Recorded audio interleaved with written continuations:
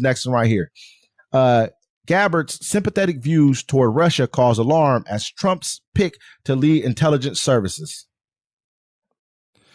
Tulsi Gabbard, President-elect Donald Trump's choice to lead the U.S. intelligence services in 2022, endorsed one of Russia's main justifications for invading Ukraine, the existence of dozens of U.S.-funded biolabs working on some of the world's nastiest pathogens. Moscow claimed Ukraine was using the labs to create deadly bioweapons similar to COVID-19 that could be used against Russia, and that Russian President Vladimir Putin had no choice but to invade neighboring Ukraine to protect his country.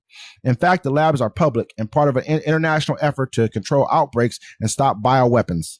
Gabbard, a military veteran and former Democratic congressional congresswoman from Hawaii, later said she wasn't accusing the United States or Ukraine of anything nefarious and just was voicing concerns about protecting the labs. But critics in the U.S., including lawmakers on both parties, the comments showed a disturbing willingness to parrot Russian propaganda, a tendency that has earned Gabbard praise on Russian state TV. I mean, so people have really come out against Gabbard and Tulsi Gabbard, and and he's trying to push her as the head of the intelligence department. Like to lead intelligence services. So she's going to get all information, top secret information about the United States government. How can you give that to somebody who's come out and met with, I think, Assad from Syria, during the time of war against Syria, who's parroted Russian talking points, with everyone's saying that she's like a Russian, like they were grooming her to become basically like a Russian shield, an inside agent for Russia. And she's gonna destroy our foreign agencies. I mean, think about how unsafe she's about to make us. We live in America where the last time we were touched, it was 9/11. I mean, historically, it was 9/11, and we commemorate that. We talk about, everybody got lost in 9/11, and our kids are so old now, they look at it like Pearl Harbor.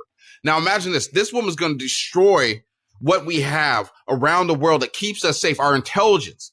So we're going to get attacked here in America. And there's no one to blame but her because she's already an agent for Russia. She was with the one guy, the Tim guy. Remember, they had to shut down the one network because they were doing Russian propaganda to an American people. We just reported on it recently. I think we skipped that. You're not talking about InfoWars. It's not. It wasn't InfoWars. It was the other one. I can't remember what it was called, but they shut him down. Like a guy, Tim, but she was part of there. She was on there also, sending out Russian propaganda information. Hey, you know what? This is what America wants. If you want to give your country to Russia, that's what they voted for. Hey, let's have it. Like they said, she had secret meetings with Syria's president, a close ally of Russia and Iran, attracting fresh scrutiny from Democrats and national security analysts who feared that Trump, as a director of national intelligence, she could give Russia a major win, undercutting in Ukraine. Like, this is really what this whole project is about. That's why it makes me so, it's just concerning to watch Trump become president again at a time that we're in right now.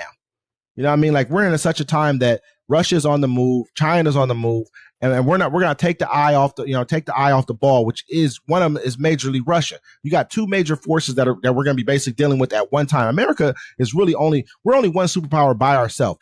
Our NATO is not, even all combined, they're not really a superpower, even all combined, even all the rest of the people we have in NATO combined. You know what? Donald Trump has said he's going to make sure we don't have any wars. We're going to stay out of all the conflicts. And I'm going to hold him to that because there's nobody that he can sit there and blame anymore.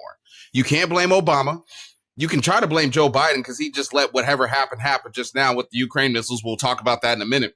But you have the House, you have the Senate, you have the DOJ, you have everything under your power right now. So as long as he keeps us safe and poor, staying out of war is not keeping us safe. I'm just saying. Hold on, we had to get into World War II in order to keep America safe. So that's not always a thing. We believe that we don't need to be involved in wars. We need to be involved in this. What do you say? Wasn't it because the Japanese attacked us? Yeah, but we had, so say if the Japanese would have never attacked, do you think that Germany was not going to attack the United States at some point in time? They call like the Third Reich, all the things they talked Germany about. If they would have never went to Russia, they probably would have dominated most everything. And they would have came here next. They was going to, so it had nothing to do with that.